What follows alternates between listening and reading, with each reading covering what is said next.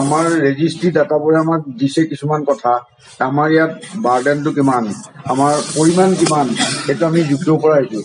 নহ'লে এইটো নহ'লেও আমি ক'ব পাৰোঁ যে আমাৰ ইয়াত ইমানমান কেঞ্চাৰ হৈছে, কিন্তু কিমান। এতিয়া আমি যদি মাহটোৰ বাজেটটো আগতে ঠিক কৰি নলওঁ, কিমানখিনি খৰচ কৰিম, আগত ডক্টৰ ভূঞাই কৈছে। এতিয়া এই গোটেই ৰেজিষ্ট্ৰি ডাটাবোৰে আমাক কেইটামান ইম্পৰ্টেণ্ট খবৰ দিব, যেনে আমাৰ ইয়াত কেঞ্চাৰটো কিমান আৰু কি কি ধৰণৰ। ঠিক আছে, এই কথাখিনি, এই তথ্যখিনি যোগাৰ কৰোঁতে পপুলেশ্যন বেছ কেঞ্চাৰ ৰেজিষ্ট্ৰিয়ে, হস্পিটেল বেছ কেঞ্চাৰ ৰেজিষ্ট্ৰি তাত ইমান অসুবিধা নাই, এইটো হস্পিটেলৰ নিজৰ ভিতৰুৱা কথা। পপুলেশ্যন বেছ কেঞ্চাৰ ৰেজিষ্ট্ৰিত অকল এখন হস্পিটেলৰ কথা নহয়, বিভিন্ন ধৰণৰ বিভিন্ন হস্পিটেল, বিভিন্ন ডাক্তৰ, বিভিন্ন ডায়েগনষ্টিক চেণ্টাৰ, পৰীক্ষাগাৰ, laboratory, x ray centre, palliative centre, চবৰ পৰা আমি খবৰবোৰ ল'ব লাগিব।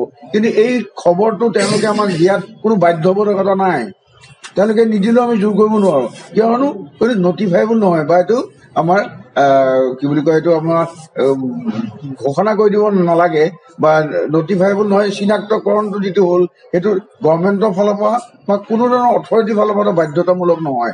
যিহেতু নহয়, দিবও পাৰে, নিদিবও পাৰে। আৰু এটা কথা মই কৈ থওঁ, আমাৰ ডক্তৰসকল বা আৰু ছ'চাইটিৰ যিখিনি মানুহ, আমাৰ যিবোৰ কমিউনিকেবল ডিজিজ আছে, সেইবোৰতে বহুত ভাৰাক্ৰান্ত হৈ থাকে। তেওঁলোকে এইখিনি ডাটা যদি এবাৰ নটিফাইবল বুলি এটা ওপৰৰ পৰা নাহে, তেওঁলোকে নিদিবও পাৰে। গতিকে আমাৰ বস্তুটো লাভৱান নহ'ব ভৱিষ্যতে। কিন্তু এই নটিফাইবিলিটি কথাটো যেতিয়া আহিছে, এইটো যদি প্ৰকৃতপক্ষত প্ৰকৃত ক্ষেত্ৰত যদি কাৰ্যকৰী হয়গৈ, তেতিয়াহ'লে আমি সকলো খবৰবোৰ পাম, কিমান হৈছে, আমাৰ কিমানখিনি ৰোগী, কি কি ধৰণৰ ৰোগী, কিমানখিনি কেঞ্চাৰ ট্ৰিটমেণ্ট হ'ব, ট্ৰিটমেণ্টৰ পিছত কোনটো ষ্টেজত আহিছে এইটো গম পাওঁ, ট্ৰিটমেণ্টটো দিলে ফলপ্ৰসূ হ'বনে নহয়। তাৰপিছত আমি আৰু আগবাঢ়িব পাৰিম, আৰু বিশেষ গৱেষণা কৰিব পাৰিম যে আমাৰ ইয়াত কেঞ্চাৰ পেটাৰ্ণটো নাগালেণ্ডত কিয় বেলেগ, আমাৰ কেঞ্চাৰটো বেলেগ, ইউনাইটেড ষ্টেটত কিয় বেলেগ, আমাৰ কিবা বংশানুক্ৰমাৰ যিটো ধাৰাবাহিকতা আছে, তাৰ বাহিৰেও কিছুমান আমি সলনি কৰিব পৰা আমাৰ জীৱনশৈলীৰ লগত জড়িত কথা আছে নেকি, যিখিনি আমি কৰিব পাৰোঁ। এই গোটেই সমস্ত ডাটাখিনি, মানে তথ্যখিনি আমাক এই ৰেজিষ্ট্ৰিয়ে দিব। ৰেজিষ্ট্ৰিয়ে ডাটাখিনি ফলপ্ৰসূ হ'বৰ কাৰণে নটিফাইবিলিটি বৰ দৰকাৰ। চৰকাৰে এই ক্ষেত্ৰত এটাই কাম কৰিব পাৰে, কেঞ্চাৰটো নটিফাইবল বুলি ঘোষণা কৰিব লাগে। যিদৰে বেলেগ ৰোগ, স্মল পক্স নটিফাইবল, কলেৰা নটিফাইবল, কিয় সেইবোৰ এতিয়া ভাল হৈ গৈছে লাহে লাহে। নটিফাইবল হোৱাৰ কাৰণে গম পোৱা হৈছে যে এইখিনি ৰোগীৰ কাৰণে আমি ইমানখিনি কৰিব লাগিব। বানপানীৰ পিছত অমুক বেমাৰ হয়, তমুক বেমাৰ হয়, কিন্তু কেঞ্চাৰৰ প্ৰতি ইমান উদাসীনতা কিয়? কিন্তু কেঞ্চাৰটো আটাইতকৈ বেছি কেঞ্চাৰ, আটাইতকৈ বেছি বেমাৰ। এইটো পৃথিৱীৰ ভিতৰতে 2 নম্বৰ হ'ল মানে মৃত্যুৰ সংখ্যা, আৰু ভাৰতৰ নিচিনা জেগাত 3 নম্বৰ। গতিকে ইমান ডাঙৰ বস্তু এটা, আৰু আপুনি এটা ক'ব পাৰে, মই ৰাইজৰ কাৰণে কওঁ, ভয়াৱহতাটো ইমান কথা নহয়, কেঞ্চাৰ হ'ব ডাঙৰ কথা নহয়। কিন্তু কথা হ'ল কি, আপুনি ক'ব পাৰে যে মোৰ মেলেৰিয়া হ'ব নোৱাৰে, এটা প্ৰিভেণ্ট কৰিব পাৰে। আপুনি ক'ব পাৰে যে মোৰ এইডছ নহ'ব পাৰে, কিন্তু আপুনি কেঞ্চাৰ নহ'ব বুলি গেৰেণ্টি নাই। মানে সেই তথ্যটো বৰ দৰকাৰী কাৰণে। উল্লেখ কৰিছিলে যে এই কথাটো আমি গম পাম কেনেকৈ, ৰেজিষ্ট্ৰি ডাটা। ডক্টৰ গোস্বামীয়ে কৈছে সফল মানে আমি এটা চাব লাগিব যে আজি অসমত যি কৰ্কট ৰোগৰ চিকিৎসা সুবিধা, আমি আজি 40 বছৰ আগতে মই যেতিয়া সোমাইছোঁ এই লাইনত, তেতিয়া আমাৰ যিখিনি সুবিধা আছিলে আৰু আজিৰ যিখিনি সুবিধা, একেবাৰে আকাশ পাতাল পাৰ্থক্য।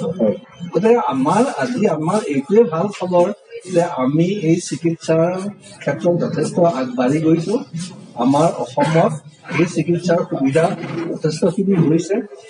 আজি 4 বছৰ বা 5 বছৰ বা 10 বছৰ আগতে যিমান পেচেণ্ট অসমৰ বাহিৰলৈ চিকিৎসাৰ কাৰণে যাব লাগিছিলে, আজিৰ দিনত কিন্তু সিমান যাবলগীয়া নহয়। আৰু এই বাহিৰলৈ যোৱা সংখ্যাটো কিন্তু লাহে লাহে কমি কমি আহি আছে। সেইটো এটা ভাল লক্ষণ। পৰ্যাপ্ত চিকিৎসা নহ'লে 100 জন ৰোগীৰ ভিতৰত হয়তো আমি 80 জনৰ চিকিৎসা কৰিব পৰা অৱস্থাত আহিছোঁ। হয়তো আমাৰ 2-এটা জটিল কেছ থাকিব পাৰে, আমি নোৱাৰিব পাৰোঁ। অন্ততঃ মানে 80% পেচেণ্টৰ আমি ট্ৰিটমেণ্ট কৰিব পাৰোঁ।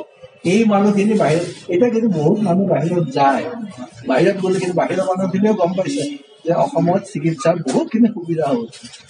পেচেণ্টক আপোনালোকে পঠাই দিয়ে, আপোনালোকে ইয়াত যাব আহিব নালাগে, আপোনালোকে অসমত গুচি যাওক, আপোনালোকে নিজৰ দেশতে এটা সুবিধা হৈ গৈছে। গতিকে বহুত পেচেণ্ট বাহিৰত গৈ আকৌ অসমলৈ ঘূৰি আহি ইয়াতে চিকিৎসা। মই এইখিনিতে এটা ৰেজিষ্ট্ৰিৰ পৰা বা নটিফিকেশ্যন হোৱাৰ পৰা কি লাভ? উদাহৰণটো আমাৰ অসমত 2003 পৰা 5ৰ ভিতৰত Atlas of cancer in India আৰম্ভ হৈছিলে আৰু গুৱাহাটীত এইটো প্ৰথম কাম জগন্নাথ শৰ্মাৰ দ্বাৰাই কৰা হৈছিলে আমাৰ হস্পিটেলত। 5 চনত এইখন পাব্লিছ হৈছিলে আৰু তাৰপিছতো কেঞ্চাৰ ৰেজিষ্ট্ৰি লাহে লাহে আমাৰ ডিব্ৰুগড় কেঞ্চাৰ ইনষ্টিটিউটত, ডিব্ৰুগড়ত এনেকৈ উত্তৰ পূৰ্বাঞ্চলত হৈছিলে। সেইবোৰ ইণ্ডিয়ান কাউন্সিল অফ মেডিকেল ৰিচাৰ্চে পাব্লিছ কৰি দিছে আৰু ফ্ৰান্সত থকা অৰ্গেনাইজেশ্যন, ইণ্টাৰনেশ্যনেল অৰ্গেনাইজেশ্যনেও এইটো পাব্লিছ কৰিছে। এইটো আমাৰ গাঁৱত কিমান কেঞ্চাৰ হয় সেইটো আন্তঃৰাষ্ট্ৰীয়ভাৱে প্ৰচাৰিত, কিন্তু একচেপ্ট তাৰ পৰা ফলাফল কি হৈছে মই ভাবোঁ, মই সঠিকভাৱে নাজানো, কিন্তু মই ভাবোঁ এই যে ICMR পৰা পাব্লিছ ডাটাটো ওলাল, সেই ডাটাটোলৈকে অসম চৰকাৰ আৰু ডাটা ট্ৰাষ্টে বহি তেওঁলোকে প্লেনিং কৰিলে যে ইমানখিনি কেঞ্চাৰ যদি তাত আছে, আমি কেঞ্চাৰৰ কাৰণে হস্পিটেল বনাবলৈ কাৰণে কেনেকৈ আগবাঢ়িব লাগিব। মই তেওঁলোকৰ ভিতৰত মই নাই, কিন্তু মই ভাবোঁ এই ডাটাটো তেওঁলোকে গুৰুত্ব সহকাৰে লৈ তেওঁলোকে দেখিলে যে অসমত পূৰ্বাঞ্চলৰ অসমত এনেধৰণে হয়, গতিকে তাতে আমি এটা 3-tier hospital system Assam cancer care ফাউণ্ডেশ্যনৰ বেনাৰত কৰোঁ আৰু তাত এখন মুখ্য হস্পিটেল গুৱাহাটীত থাকিব, সৰু সৰু হস্পিটেল 19খন লাগিব, লাহে লাহে আমি গ্ৰ' কৰিম। এইটোতো ACCFৰ বস্তুটো যে হৈছে এদিনতো হোৱা নাই, তেওঁলোকে কামটো পইচাৰ প্ৰজেক্ট চেংচন কৰাৰ আগতে বহুত প্লেনিং কৰিছে, বহুত ভাবিছে। তেওঁলোকে কিহৰ ভিত্তিত এইটো ভাবিলে? এই ভাবাৰ ভিত্তিটো ICMR পাব্লিছ ডাটাটোৰ ওপৰতেই নিশ্চয় হৈছে আৰু তেওঁলোকে সেই ডাটাটো দলিয়াই কোনেও পেলাব নোৱাৰে। আমি প্ৰত্যেকখন কনফাৰেঞ্চত গ'লে এই ডাটাটোৰ ওপৰত বিবেচনা কৰা হয়। আমি আলোচনা কৰোঁ পৰৱৰ্তী আমি কিমান ইম্প্ৰুভ কৰিব পাৰোঁ। সেই পৰৱৰ্তী ইম্প্ৰুভমেণ্টৰ বস্তুটো হ'ল কি নটিফাই। এতিয়া আমাৰ পেথলজিষ্ট ডিপাৰ্টমেণ্টৰ মানুহবোৰ খুচৰি ৰিপৰ্ট আনিব লগা হয় ক'ত কি আছে, কিন্তু যদি নটিফাইবল হয় তেতিয়াহ'লে তাৰে পৰিৱেশত থকা ডাক্তৰজনে তেওঁলোকে ৱেবছাইট থাকিব, তাত ভৰাই দিব যে আমাৰ অমুকখন গাঁৱৰ ইমান নম্বৰ গলিত থকা হাউচ নম্বৰ ইমানৰ অমুক মানুহজনৰ আজি কেঞ্চাৰ। অট'মেটিকেলি এটা ডাটা জেনেৰেট হ'ব। আজিকালিৰ ইলেক্ট্ৰনিক্সৰ দিনত ডাটা জেনেৰেট কৰিবলৈ একো অসুবিধা নাই, কিন্তু বাধ্যবাধকতা আনিব লাগিব। বাধ্যবাধকতাটো কোনে আনিব? চৰকাৰ। চৰকাৰক বাধ্যবাধকতাটো আনিবৰ কাৰণে প্ৰয়োজন বুলি আমি আইন লাগিব, আইন নহয় এনেই মুখেৰে ক'লে নহ'ব। আৰু এই জগন্নাথ শৰ্মাই দেখুৱালে চাৰ্কুলাৰ, এই চাৰ্কুলাৰত নহয় আইন আহিব লাগিব। আৰু এই আইনখন চৰকাৰে আনিবৰ কাৰণে কোনে চৰকাৰৰ ওচৰত অলপ গৈ পেলাই এইবিলাক ক'ব? আপোনালোকৰ মাধ্যমেৰে আমি আমাৰ অৰ্গেনাইজেশ্যনে কৰিছোঁ। মই খুবেই সুখী যে মই এপ'ল' হস্পিটেলত কাম কৰোঁ, এইখন খ্ৰীষ্টিয়ান হস্পিটেলখনত। তেওঁলোক এপ'ল' হস্পিটেল এক্সেল কেয়াৰ, গোটেই এপ'ল' এক্সেল কেয়াৰে আজি যে এইটো প্ৰগ্ৰেম কৰিছে, বেলেগত বহুত প্ৰগ্ৰেম হৈ আছে কেঞ্চাৰ এৱেৰনেছত, কিন্তু এইটোৰ কাৰণে মই তেখেতসকলক ধন্যবাদ দিছোঁ। আৰু আপোনালোককো কৈছোঁ যে এইটো অলপ চৰকাৰৰ ওচৰত যাতে যায়, ইনফৰমেশ্যনটো যে যায়, এইটো দৰকাৰ। আৰু আপোনালোকে অলপ মিটিং কেঞ্চাৰটো নটিফাইবল হ'ব লাগে বুলি চৰকাৰে এখন আইন প্ৰণয়ন কৰিব লাগে, আৰু এই আইন প্ৰণয়ন বিধানসভাত কৰিব লাগিব। তেতিয়া একেবাৰে কপকপীয়া হ'ব। হয় কেবিনেট মিটিং, নহয় বিধানসভা। আইন প্ৰণয়নৰ উত্তৰ আৰু